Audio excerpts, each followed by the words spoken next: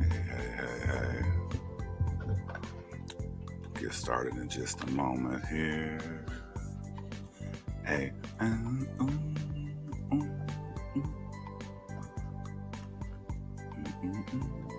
Thank you for tuning in today.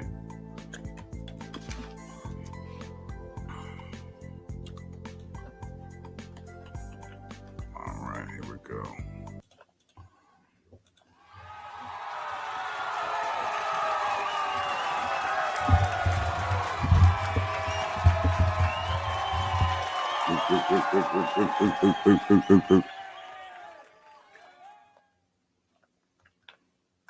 Ten, 9, 8, 7, 6, 5, 4, 3, 2, 1. Thanks again for tuning in to the Honors TV News, where we are serving up the latest news from across the nation 6 days a week. I am your host, Dante Smith. I hope I'm coming in clear for you today. Today's top news: Republican Representative Matt Gaetz, an outspoken conservative and close ally of former President Donald Trump, has been under fire and under federal investigation for a former relationship with an underage female.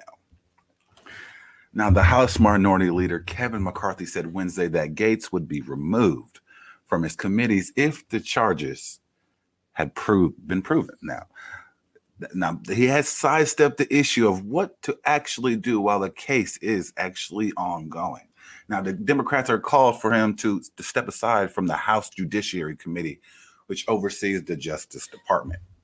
Gaetz, who represents parts of Western Florida, has known for months that he was under federal investigation over accusations that he had a sexual relationship with a 17-year-old girl and actually paid her to travel with him. Now, during that time, he has remained on both the Armed Services Committee and on the Judiciary Committee, which has congressional oversight of the Justice Department.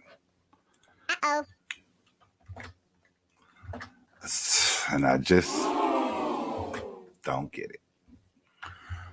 Now, Gaetz is under investigation to determine if he violated federal sex trafficking laws. The Justice Department has also been looking into whether Gaetz may have also been involved with relationships with other underage girls.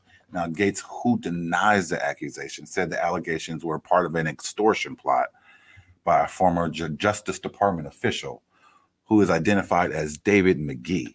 Now, in response, McGee's Florida-based law firm released a statement saying the allegations that Gaetz made up about the supposed extortion attempt was both false and defamatory. Now, Gaetz has not been charged with the crime at this time, so we do want you to stay tuned for future updates. Obviously, it is moving really quickly when it comes to this, come to these accusations. So we should know something pretty soon because we got a lot of whistleblowers out there. Anyway, next up, Biden administration actually announces a major offshore wind plan. This is absolutely historic. And in my opinion, the Biden administration on Monday announced a plan to vastly expand the use of offshore wind power along the East Coast. Now, aiming to tap a potentially huge new source of renewable energy. The plan sets a goal of deploying 30,000 megawatts of offshore wind turbines in coastal waters, nationwide by 2030. Now, this move comes as President Biden prepares a roughly $3 trillion economic recovery, $3 trillion economic recovery package that will focus heavily on infrastructure, reduce greenhouse gas emissions, and tackle climate change. Those are huge, huge, huge. Give me 1 second here. Huge. Let me just try to get my LinkedIn people in on here real fast. Sorry about this. Should have did this already. That's my fault.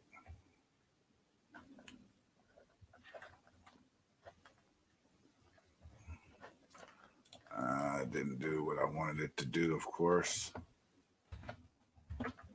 Oh, here we go. All right. And they're on their way. Okay. Sorry about that.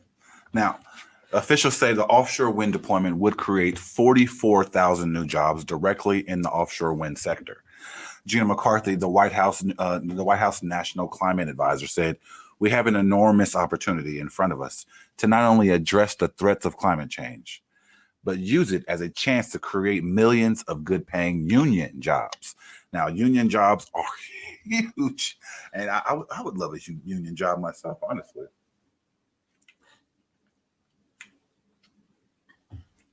Let me go ahead and wet my whistle a little bit.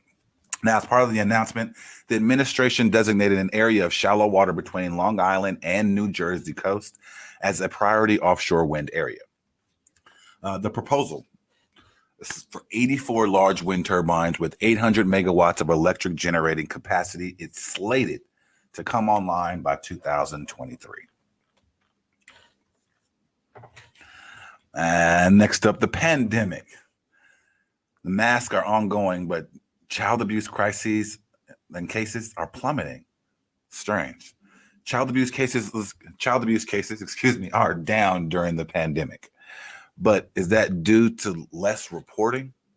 Now, another family was truly devastated due to the high stress of this pandemic of the past, 15, 16 months.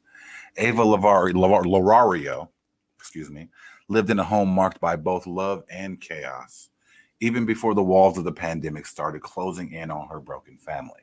Now, protective services had visited their home at least twice in 2019 over reports of potential abuse of Ava's younger brother. Now, 9-year-old Ava Lorario's body was found tragically in her home after police say Father Mark Lorario shot her in the head while she laid in bed. Mother Ashley Lorario was also shot in the incident or tragedy. No, it was to be noted she was high on meth at the time, reported. And this is by the Associated Press. With this tragedy, officials are now looking at the plummet in child abuse cases, and they're concerned. An AP analysis was done. I'm shrinking over here. An AP analysis was done and found more than 400,000 fewer child welfare concerns were reported during the pandemic and 200,000 fewer child abuse and neglect investigations compared with the same time period in 2019. That AP analysis also suggests that officials may be dealing with more severe cases of child abuse in several states. Amy Harfield, an expert in child abuse deaths with the Children's Institute, said a loss in reports means greater potential for harm because there has not all of a sudden been a cure for child abuse and neglect. She is absolutely right about that. Teachers, administrators, counselors, coaches, nurses, and anyone in a school setting is literally trained to identify warning signs and are required by law to report any potential issues of child abuse or neglect. Now, with the online learning being the main option for children, gave less chances of reporting concerns by the main advocates. Now, Kurt Heisler said, the pandemic and the resulting isolation reminds us that we cannot rely solely on the system that only responds after a child is hurt.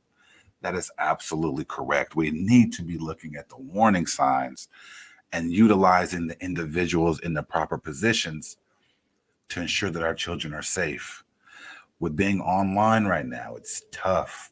It's tough for the teachers. It's tough for administrators to gauge how any individual child is doing based off of a Zoom call. Nearly a quarter of the families didn't participate in virtual school due to lack of access, which contributed to less reporting. Many states said that the number of reports have recovered some, however slowly, over the past year, but it's too soon to draw a conclusion about the ongoing pandemic's effects on child welfare. Ava's death was one of 105 child fatalities investigated for child abuse in Pennsylvania in 2020. That is to be noted, that's 11 more than in 2019. and we'll be right back. Check out some music.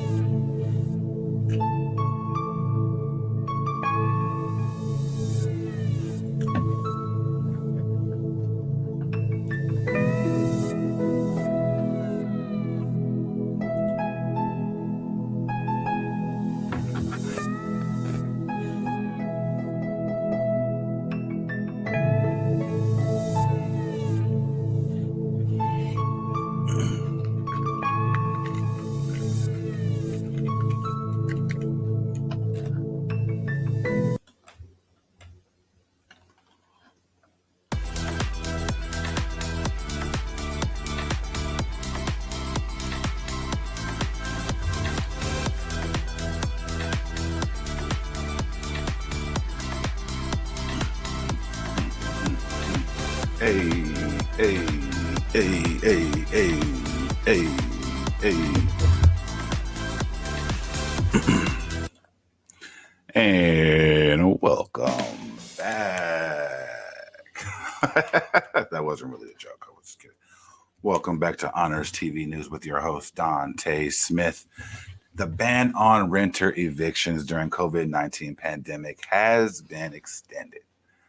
The Biden administration is extending a federal freeze on evictions of tenants who have fallen behind on rent during the pandemic.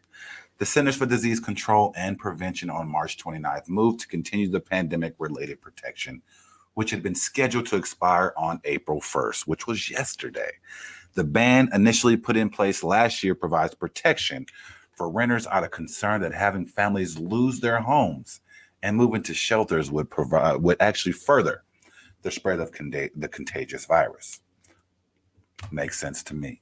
To be eligible for the housing protection, renters must earn $198,000 annually as a couple if they're filing jointly, or $99,000 for single filers. Those eligible must demonstrate that they have sought government help to pay the rent, declare that they can't pay because of COVID-19 hardships, and affirm they are likely to become homeless if evicted.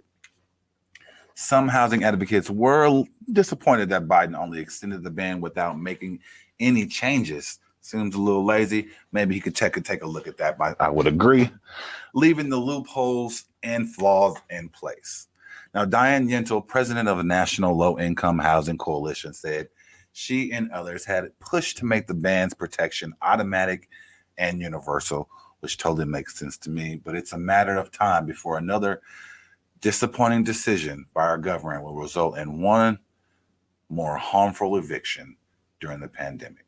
The ban, however, is extended till June 30th. In the AP news, this came across: school plotters often are bullied and suffer from depression. There's literally, as a study shows, school plotters are often victims of bullying. According to the U.S. Secret Service study released on Tuesday, students who were planning to attack schools showed the same troubled histories as those who carried them out. Plotters often were badly bullied. Plotters were often badly bullied and often suffered from depression with stress at home. The study analyzed 67 impeded school plots nationwide. The group analyzed 100 students responsible for plotting 67 attacks nationwide from 2006 to 2018. Lena Autheri, the center's head, said the findings show that there's almost always intervention points available before the student resorts to violence. The report's findings will be given life to more than 11,000 schools and community organizations. The goal is to take the information and use it so that schools can be better equipped to deal with the warning signs. Oh boy, here we go. Another teacher loses her job. California teacher went on a racist rant on a Zoom call with a student. And guess what? The parents got to hear it. I believe I do have the recording available. Give me one moment. I want to play the recording. I'm going to play some music for you here. Give me one moment while I grab it for us here.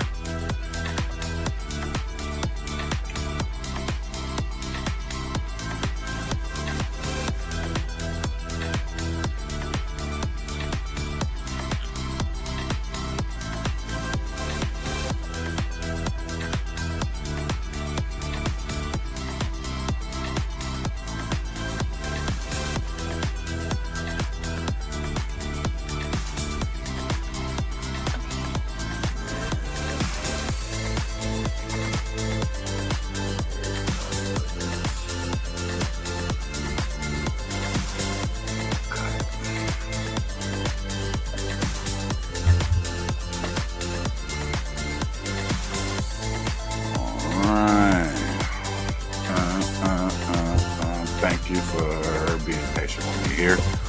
Again, this is Honors TV News.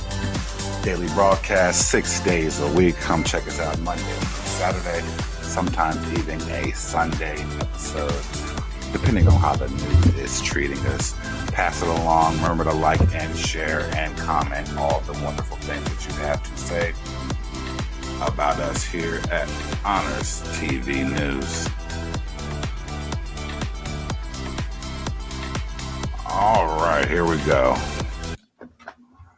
And here is a recording of the teacher who made the racist rant over, which was overheard by the parent. Here we go.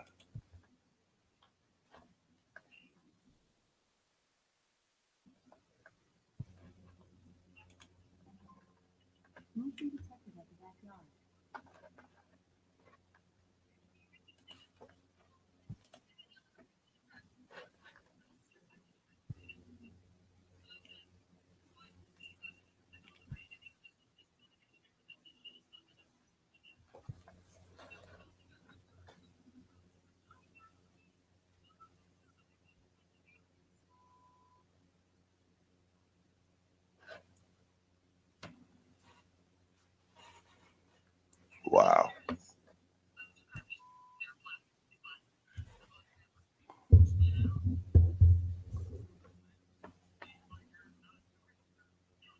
I don't see what you're not going through.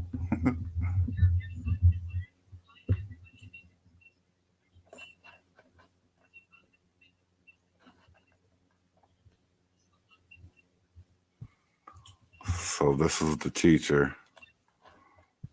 That was the teacher. I hope you guys heard that. I believe you should have been able to hear it. If not, just comment down below and I'll make sure I can get you guys that.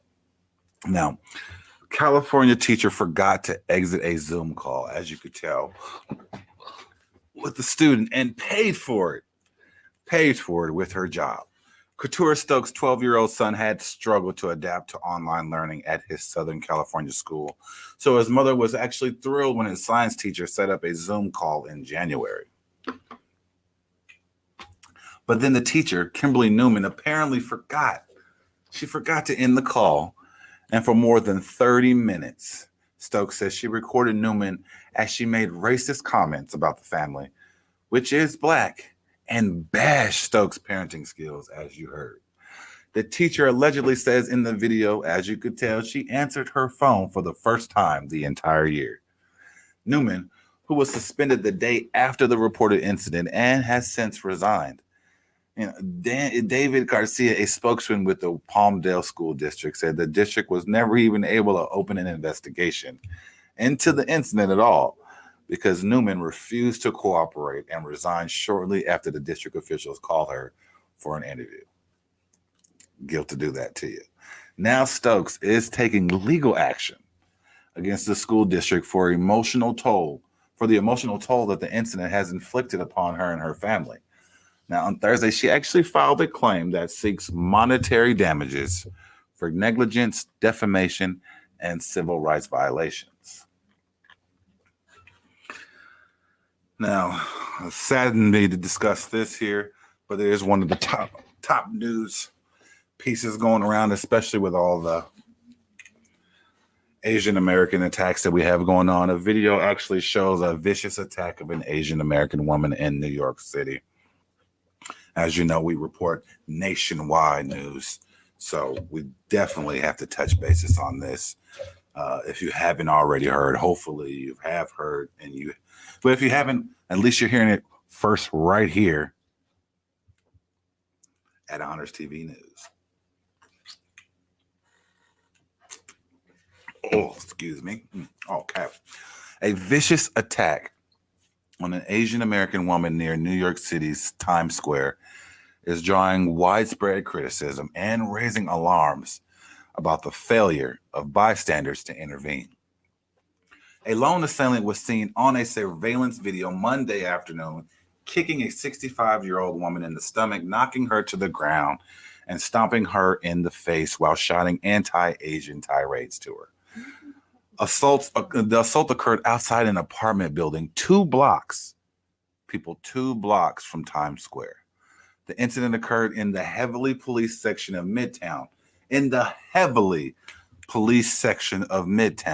Manhattan, among bystanders, which brings to question people's casual attitudes as they walk away from a person, a senior citizen in need. 2 workers inside the building who appear to be security guards failed to come to the woman's aid. Security guards, that tells you a lot. They're not officers, they're security guards. There's a difference. Believe me, I know.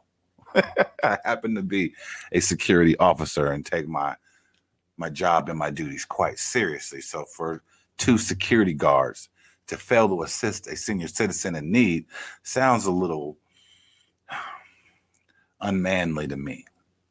But we're going to move past that because according to the video footage, the New York City assault, there was 2 people who appeared to be security guards. They closed the building door, as the woman was on the ground. But their union rep did say that they called for help immediately. Thanks, guys. We appreciate you. New York City Mayor Bill de Blasio called the video of the attack absolutely disgusting and outrageous. You said it, Mayor. And said it was absolutely unacceptable that witnesses did not intervene. What does that say about us in here in America, that we did not intervene on an individual in need?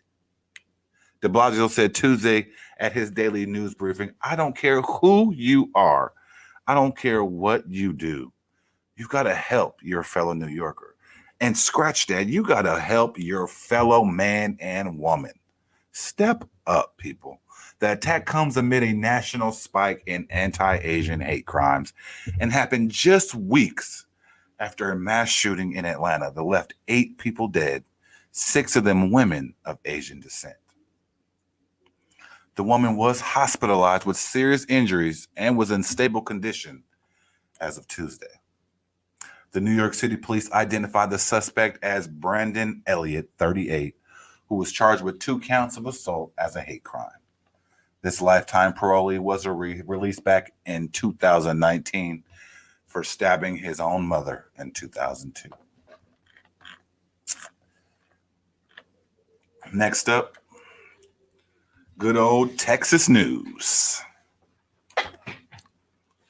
So excited, cause the stars at night are big and bright. Deep in the heart of Texas.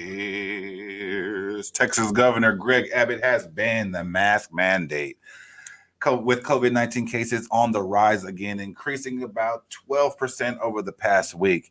And U.S. health officials are actually warning of a 4th wave of this pandemic. The Centers for Disease Control and Prevention Director Rochelle Walensky said Monday she fears impending doom. And President Biden urged states and local governments to keep or reinstate the mask mandates. Biden said, "This is not politics, people." Thank you, Biden. We all realize this wasn't politics. A failure to take this virus seriously is precisely what got us into this mess in the first place. Correct. That is correct, Biden. Risk more cases and more deaths. A lot of states and cities are literally pulling back on mask mandates, and Texas has moved quicker than most. Greg Abbott ended nearly all COVID-19 restrictions, including local mask mandates, on March 10th. Austin and Travis County said, we're going to continue requiring public mask use. And promptly and immediately, a lawsuit came from the state attorney general, Ken Paxton. Last Friday, District Judge Laura Livingston sided with the city of Austin, at least temporarily. Austin Mayor Steve Adler told the Texas Tribune every day that we can keep the local health authority mask mandate in place is a victory. And the fact that we were able to keep it in place for at least the last 2 weeks during spring break is a victory for however long it lasts. Austin, they may have won this power struggle, but it's still paid a cost. At least 4 groups canceled conferences or conventions in Austin, citing Abbott's decision to end that mask mandate. Decisions. We all have decisions. All right, and we're just about through with Honors TV News. Couple more. Stick with me, people. University of Texas should lose. Yes, they're asking they should lose. Can you guys lose the Eyes of Texas song? Black lawmakers, NAACP, and students say, that song needs to go. Members of Texas Legislative Black Caucus have joined the fight to get rid of the University of Texas of Austin's alma mater song, The Eyes of Texas. I'm going to see if I can find The Eyes of Texas real quick, because you know what? It's important, to know what we're dealing with. Eyes of Texas. All right. Oh.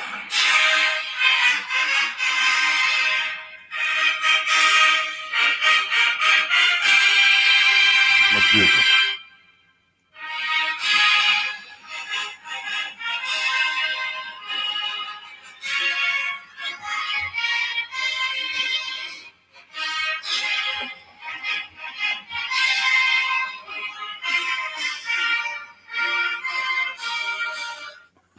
And that's a little taste of the Eye of Texas. Oh, excuse me. Give me one moment here. Showing more invite users too. Give me 1 second. We'll go here. Oh, I don't think I did that right. I didn't do that right. Give me 1 second. You should be able to find it. Sorry, we're having some technical issues here. Give me 1 second, and we'll be right back to that here. Okay.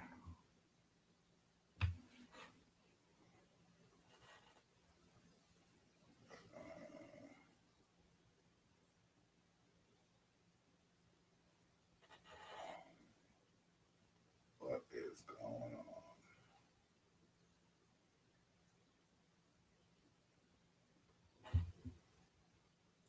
Okay. Oh, okay. All right, and we're back. Sorry about that, people. We always have Technical difficulties in life.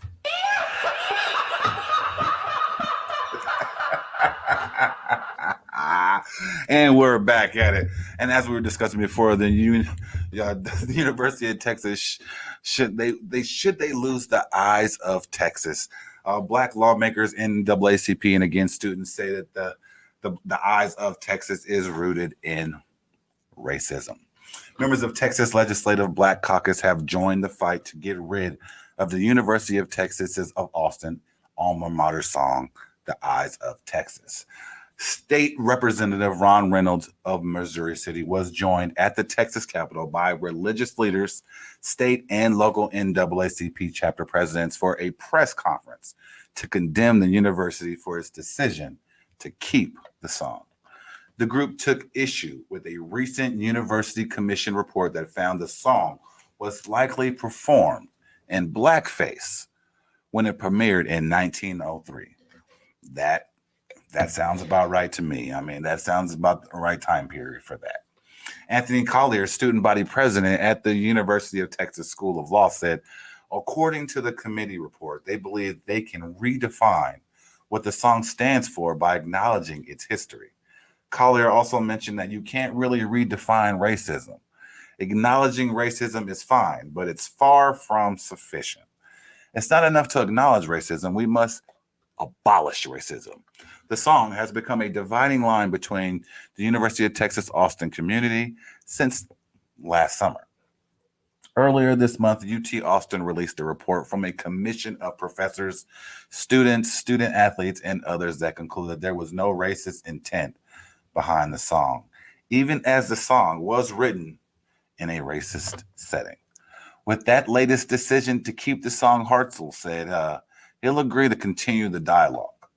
So we shall see what their new decision will be after some persuading on the way of the critics. Next up, the Texas lawmakers introduced what is called Bo's Law to clarify castle doctrine. Excuse me, let me wet my whistle here. All right. Texas lawmakers introduced Bo's Law to clarify castle doctrine. While the trial of Derek Chauvin in Minneapolis is currently underway, a large group of lawmakers, clergy, and activists gathered in Austin, Texas, with the family of Botham Jean. State Representative Carl Sherman is introducing what is called is introducing a new bill in the Texas legislature, which is called House Bill 929, which would be basically known as the Botham Jean Act Bo's Law, Safe at Home. What that means is it would strengthen and clarify the castle doctrine. It would make it an offense for police officers to turn off those good old body cameras during investigation. Representative Sherman explained Bo's Law is about establishing systematic accountability. Bo's Law is about making sure that Texans are safe at home. Under Texas law, the castle doctrine allows someone to use deadly force to protect their home, car, or business. Sherman introduced the bill alongside a number of other community and state leaders on Monday in Austin at the state capitol. Now, the state's Homeland Security and Public Safety Committee will hold a hearing on HB 929 on Thursday, April 1st. So I will give you an update on that. I would say no later than tomorrow, you will have an update as far as how that hearing went. Next up, good old DACA. No ruling in case decided for fate of DACA, which, as we know, is the immigration program. A federal judge did not immediately rule on Tuesday on a closely watched case over the fate of the Deferred Action for Childhood Arrivals program, or as we all know, DACA, which gives limited protections on hundreds of thousands of immigrants brought into the United States. The U.S. District Judge Andrew Hanen set an early April deadline for all lawyers. Now, Texas heads a coalition of Republican-led states. They want Hannon to invalidate the DACA program, which was instituted back in 2012 via the Obama administration. Program supporters like the Mexican American Legal Defense and Educational Fund and a group of Democrat-led states are defending the program. DACA, it represents our DACA recipients are granted a 2-year reprieve from deportation that can be extended and receive a work permit and a social security number. The program has more than 600,000 people who must meet several requirements, including having no criminal record in order to qualify. Well, thank goodness. I'm glad that's one of your qualifications, because I think that would be a deal breaker for me as well. We don't need any more criminals in here, but we do need some more honest, loyal citizens. Immigrants who are accepted into the program are later, who later get arrested, actually face deportation. So they do have a lot to lose if they are accepted into the DACA program. Lawyers for Texas on Tuesday pushed Hannon to quickly invalidate this important DACA program. However, proposals on Capitol Hill have already faced some strong Republican opposition as well. And the politics of immigration have been complicated just a little bit by the sharp increase in border crossings by immigrant children unaided by parents. We will look obviously into the update as April comes along. We're in April now, obviously. So as April moves along, we'll get you an update as well on this. This is a very, very interesting topic, and it's another topic is also to discuss is the immigrant children being passed over the border unaided by parents. That is definitely going to be a topic of discussion for us here at the Honors TV News. Again, always, we are here serving up the latest national news. Again, from across the whole United States. We're going to give you the top news 6 days a week. Usually it's going to be about 45-minute show, knock it out for you really quick. It's going to be all the top things that's going to be available for you. So don't hesitate. Don't look anywhere else. Come right here. We're available for you 6 days a week. We should be doing it around 7 p.m. Central Standard Time every day. If there is an update on the time, we will definitely let you know. Go ahead and pass this along to your Twitter, your Facebook, your Instagram. We will also be adding in a cannabis news segment as well. Today, we're really just kind of going through and getting our wings and kind of getting our legs under us to say, and giving you the latest news from the past week.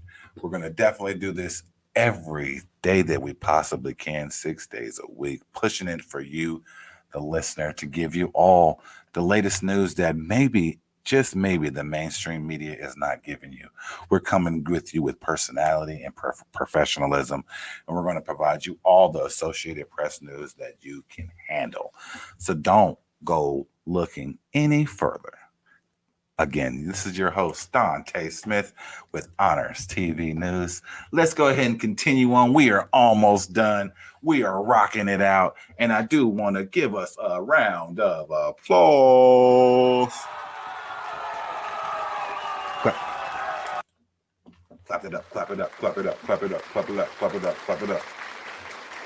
Oh, thank you. I know cannabis news is a very important topic. We will absolutely be adding that in as a segment for our listeners. It will normally be at the tail end of the segment, but we will get to that soon. Let's just move on. Let's keep it trucking. And thank you so much for listening, Miss Emmy Law, 1998. Again, go ahead and pass that along to all of your friends and your family. Let them know that Honors TV News is here to stay, and we're going to be rocking out 6 days a week. So for all your top news, download your Podbean app and go ahead and check out the live broadcast. If you ever want to call in and have a discussion with me, you're more than welcome to do that as well. I can send you that link, and you too can have a conversation with host Dante Smith. Next up, hypnosis ruined my life. Texas lawmakers debate banning evidence from police-led hypnosis sessions. Finally, on March In March of 2020, Danny Ray King stepped out of the gates of the Hutchins State Jail after more than 30 years of being incarcerated. Now, after exactly 1 year of release and being on parole, Texas lawmakers are now debating a bill that would have actually kept King out of prison. The bill, Senate Bill 281, aims to ban evidence collected through the use of hypnosis from being introduced as evidence in a criminal trial. King said Tuesday, hypnosis, it ruined my life. I missed 31 years of growing up with my family, with my sons. You can't get that back. So all we can do is go forward. That is the words of a very strong man. Strong man. State lawmakers debated two bills that aim to ban so-called hypnotically induced testimony in Texas courts. The hearing is the first time lawmakers in Texas have debated the topic of police hypnosis. If either bill is passed into law, it will accelerate the end of this controversial tool. In Texas, the practice has helped send more than 50 men and women to prison, including King. During the debate on the bill, Senator Juan Hinojosa said he wants to make sure not one innocent man is convicted based on junk science. At least 15 people have been exonerated after a hypnotically induced testimony was used against them. While neither committee voted on the legislation right away, either could do so as early as next week. So again, stay tuned. We will be coming with updates for all of these stories. We will keep you up to date and in tune to everything going on. Next up, we have really quick. I need to get a police siren because it's our crime watch. Oh no, don't do crime. Don't do crime. You can't do the time. Don't do crime. U.S. Marshals looking for alleged drug dealer. U.S. Marshals need your help to find Anthony Paredes, an alleged drug dealer who'd been hiding from the law since 2006 to avoid serving prison time. Paredes did time in prison on charges of possession with the intent of selling cocaine. He was sentenced to 6 years in federal prison, but was released on bond in order to self-surrender to the Federal Bureau of Prisons. Yeah, good luck with that. According to the U.S. Marshals, Paredes never turned himself into the authorities at the prison. And Paredes has close ties here in San Antonio, Texas, and Laredo, but could have possibly fled across the border to Mexico. Anthony Joe Paredes is 39, 5'7", and weighs approximately 135 pounds. If you have more information on this fugitive, you're asked to call the Lone Star Fugitive Task Force at area code 210-657-8500. Again, that's 210-657-8500. And remember, fugitives can't hide with your help. Or with ours here at Honors TV News, it seems.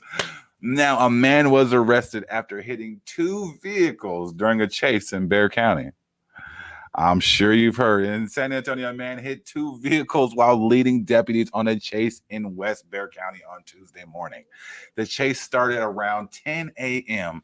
at a QT gas station on the 5600 block of WT Montgomery.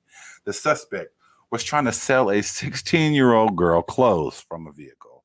Officials said when the deputies went to question the man about the teen's claims, he took off. During that chase, the man hit the vehicles on Petranco Road. The chase ended when he turned into an automotive shop where he was taken into custody. The suspect has active warrants for felony firearm possession, resisting arrest, and misdemeanor drug possession. He is expected to be charged with evading arrests, failure to stop and give information, and criminal mischief. Wow. San Antonio is exciting. Former Bexar County deputy who exposed self to girls is sentenced to prison. Way to go.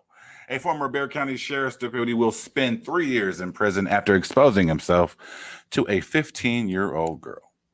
Andres Ibarra, who was first arrested in December 2019 on a charge of indecency with a child, was sentenced Tuesday morning before the 144th District Court Judge Michael Mary. The victim videotaped Ibarra exposing himself to her after he offered her a ride and followed her into an apartment complex. This fearless victim's decision to record this crime helped bring the defendant to justice. District Attorney Joe Gonzalez said, "It is incredibly disappointing that someone who served as a member of law enforcement would commit this type of crime, especially to a child." Ibarra, who was hired by the sheriff's office in 2016, but resigned before his arrest after he was under investigation for sleeping on the job. Simple. Following his prison sentence, Ibarra will be required to register as a sex offender. There's a billion cases like this where there's police officers, law enforcement taking advantage of citizens and taking advantage of our youth. I'm glad this individual was sentenced, and I'm glad you were sentenced, and I'm glad you're going to get what the justice you deserve. And for the last, and thank you. I just want to say thank you for sticking with me. It has been a longer episode today, as we did have a number of different amazing stories that came across my wire that I really wanted to make sure I got to you as soon as possible. And I know I'm a little bit behind, but as of tomorrow, I will be kicking up dust.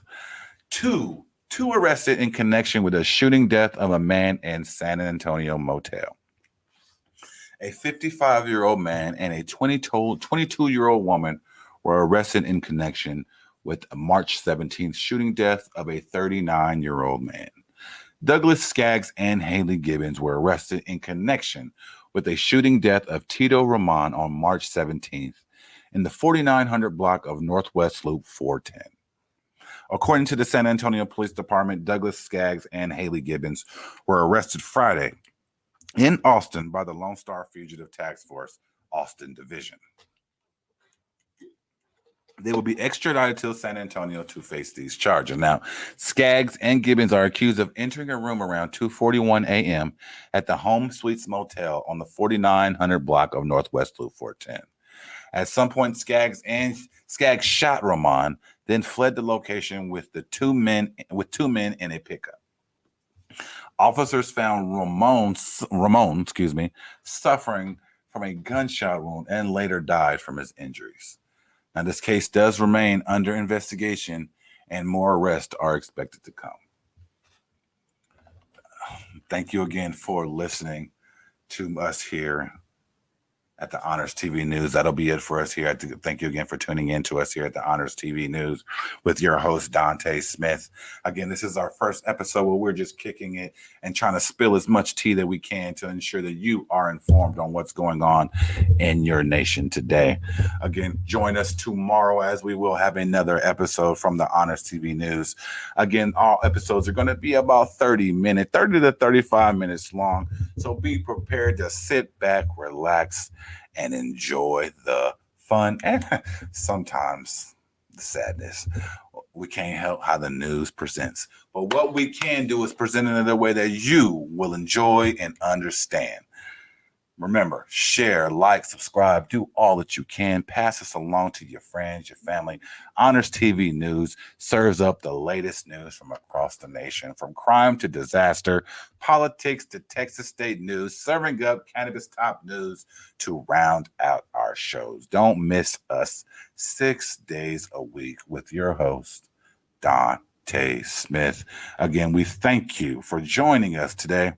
And as always, stay blessed, stay happy, stay humble, and stay hungry, because you got to be hungry.